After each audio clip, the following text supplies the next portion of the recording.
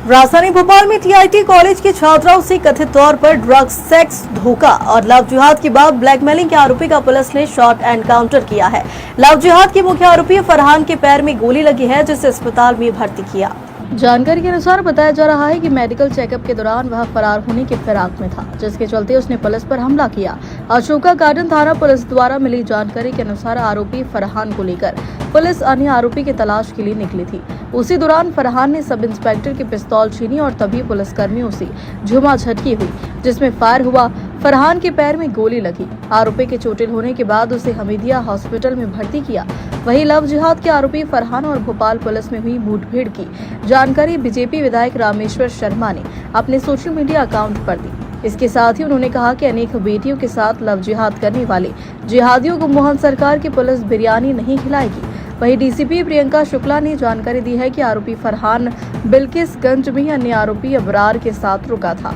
Ashoka garden की police team Farhan को लेकर बिल्किसगंज की ओर रवाना हुई थी। इस दौरान फरहान ने बाथरूम जाने के बहाने पुलिस की गाड़ी रुक पाई। उसके साथ जो स्टाफ उतरा, उनसे फरहान ने पिस्तौल छीनने की कोशिश की। इस झीना झटकी में एसआई की पिस्तौल से फायरिंग हुई, जिससे फरहान के पैर में गोली लगी। तत्काल उसे हमीदिया अस्पताल लाकर इलाज करवाया जा रहा है। मामले में अग्रिम कार्रवाई जारी है।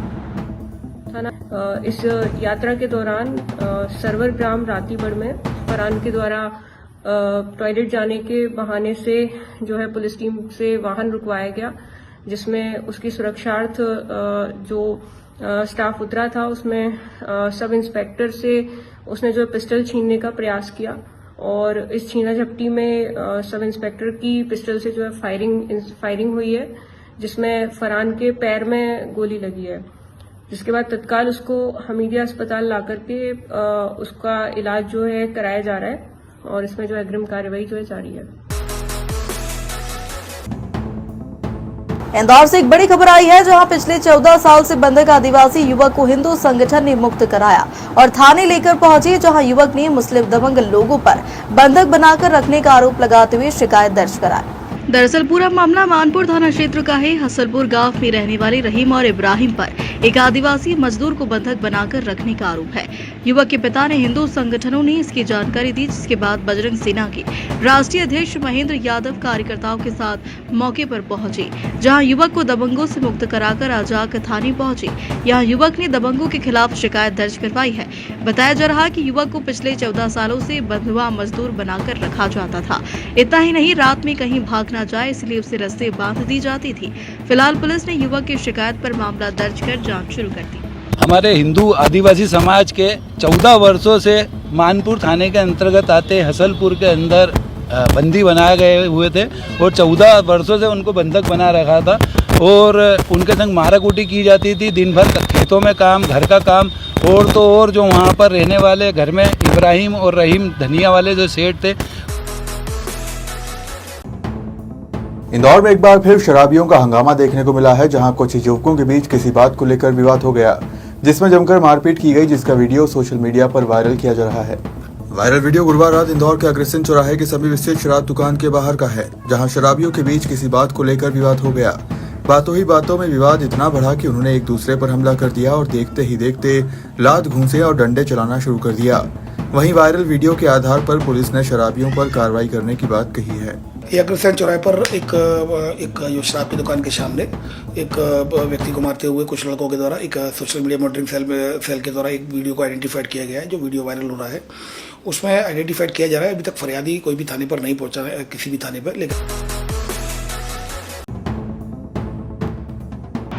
सिंहस्थ को देखते हुए शहर में सुरक्षा व्यवस्था बढ़ा दी गई है। पुलिस द्वारा महाकाल मंदिर सहित शहर के प्रमुख चौराहों पर गलियों में चेकिंग पॉइंट लगाकर आकस्मिक चेकिंग की जा रही है।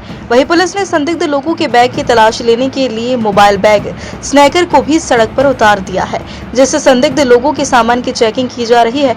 एसपी प्रदीप शर्मा ने बताया कि यह मोबाइल बैगेज स्नैकर अत्याधुनिक है, जिसे महाकाल मंदिर और शहर के अलग अलग क्षेत्रों में तैनात कर संदिग्ध लोगों सामान की चेकिंग की जा रही है।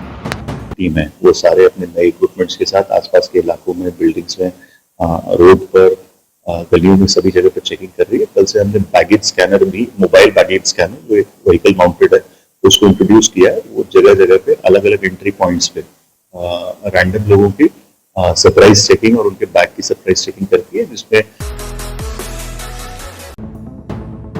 उज्जैन पुलिस ने अवैध गतिविधियों पर शिकंजा कसने के साथ बदमाशों की धरपकड़ करना शुरू कर दिया है।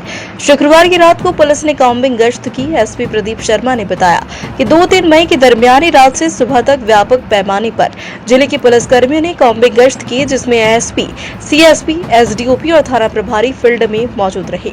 गश्त के दौरान पुलिस ने 65 स्थायी वारंट और 180 गिरफ्तारी वारंट तामील कराए। गश्त के दौरान 6 फरार आरोपियों को भी गिरफ्तार किया।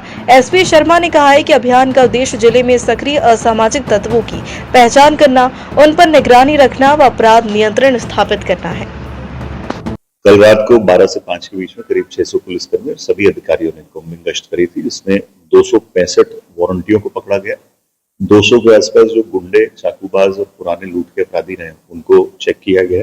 140 के आसपास प्रॉपर्टी ऑफेंडर्स जो उज्जैन कलेक्टर रोशन कुमार सहनी जल संसाधन विभाग के अधिकारियों के साथ विभिन्न घाट क्षेत्रों का निरीक्षण नाव में बैठकर किया।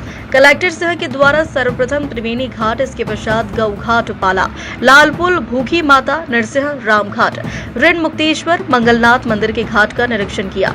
कलेक्टर रोशन कुमार सहनी ने बताया कि सिंहस्थ महापर्व में काफी संख्या में श्रद्धालुओं की उज्जैन आने की संभावना है, इसलिए घाटों की संख्या बढ़ाई जाने की आवश्यकता है। इसी के अंतर्गत 29 किलोमीटर तक के नए घाटों का निर्माण किया जाना है। इसकी टेंडर प्रक्रिया चल रही है, शीघ्र ही कार्य प्रारंभ किया जाएगा। निरीक्षण में नवीन घाटों की रूपरेखा, घाटों की सीढ़ियों की चौड़ाई व लंबाई पर चर्चा की गई। सिंहस्थ 2028 में करोड़ों की संख्या में श्रद्धालुओं का आगमन का अंदाजा है, जिसके क्रम में जो घाटों की आवश्यकता है तो वो एहसास किया गया उसका, और उसके हिसाब से ही नए घाटों के निर्माण का प्रस्ताव है, जो कि टेंडर प्रक्रिया में है। के लिए पूरे जिले प्रशासन के साथ, नगर निगम के अधिकारियों के साथ, सिंचाई विभाग के अधिकारियों के साथ त्रिवेणी घाट से लेकर मंगलनाथ घाट तक और बीच के सभी घाटों को देखा गया और ये समझने की कोशिश की गई कि कहाँ पे किस तरीके का निर्माण होगा। शुजालपुर के पास ग्राम बागुदा में एक विवाह समारोह उस वक्त हंगामे में बदल गया जब दो पक्षों के बीच जमकर मारपीट हो गई। ऐसे विवाद में 10 लोग घायल हुए, जिनमें से अधिकांश के सिर में गंभीर चोट आई है। घटना शुजालपुर से करीब 14 किलोमीटर दूर ग्राम बागुदा की है। बताया जा रहा कि विवाद समारोह के दौरान किसी पुराने विवाद को लेकर दोनों पक्षों में कहासुनी हुई, जो देखते ही हिंसक झड़प में बदल गई। इस मारपीट में 10 लोग घायल हुए, जिनमें एक दिव्यांग भी शामिल है।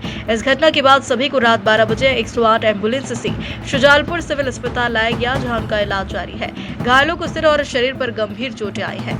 अवंतीपुर बड़ौदिया थाना प्रभारी घनश्याम बैरागी ने बताया कि दोनों पक्षों की शिकायत पर केस दर्ज कर जांच शुरू कर दी है।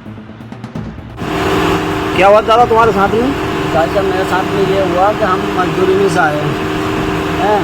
उन लोगों ने, हमारे परिवार वालों ने, मोहल्ले वालों ने एकता बनाई भाई, उनने भीड़ भड़का हुआ, हमने की, हम बीच बचाव में हमने भी गया उनसे कि भाई झगड़ा मत करो।